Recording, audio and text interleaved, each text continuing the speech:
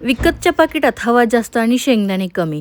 पैसे देतो आपण शेंगदाण्यासाठी आणि मिळते नुसती हवा. मग आता चिंता कशाला? घरीच बनवूया क्रिस्पी मसाला शेंगदाणे अगदी सोप्या पद्धतीने. काय करायचं? असे शेंगदाणे घ्यायचे.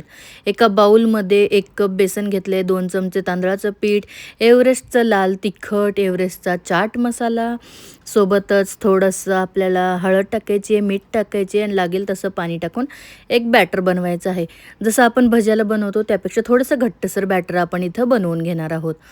तर थोडं-थोडं पाणी टाकून मी अशा प्रकारे बॅटर बनवून घेतले. थोडंसं घट्ट वाटतंय, अजून थोडंसं पाणी टाकून हे बघा अशा प्रकारचं बॅटर बनवून घेतलेलं आहे.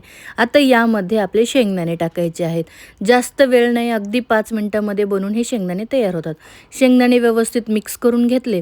गरम-गरम तेलामध्ये एक-एक शेंगदाणा अशा प्रकारे जितकं होईल तितकं मोकळं-मोकळं करून तळायला टाकायचं. गॅस लो टू मीडियम ठेवायचा आणि लो टू मीडियम गॅसवर आपल्याला छान एक 3 ते 4 मिनिटं हे शेंगदाणे तळून घ्यायचे आहेत.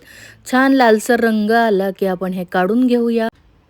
सगळे आपण अशाच प्रकारे तळून घेऊया. नंतर यावरून आपण टाकणार आहोत थोडंसं एव्हरेस्टचं लाल तिखट, एव्हरेस्टचा चाट मसाला आणि थोडंसं मीठ टाकायचं आहे. व्यवस्थित असं मिक्स करायचं आहे. संध्याकाळच्या चहाला किंवा मुलांच्या छोट्या-मोठ्या भुकेसाठी एकदम परफेक्ट रेसिपी आहे. नक्कीच ट्राय करून बघा. तुम्हाला आवडते का हे कमेंट करून सांगायला विसरू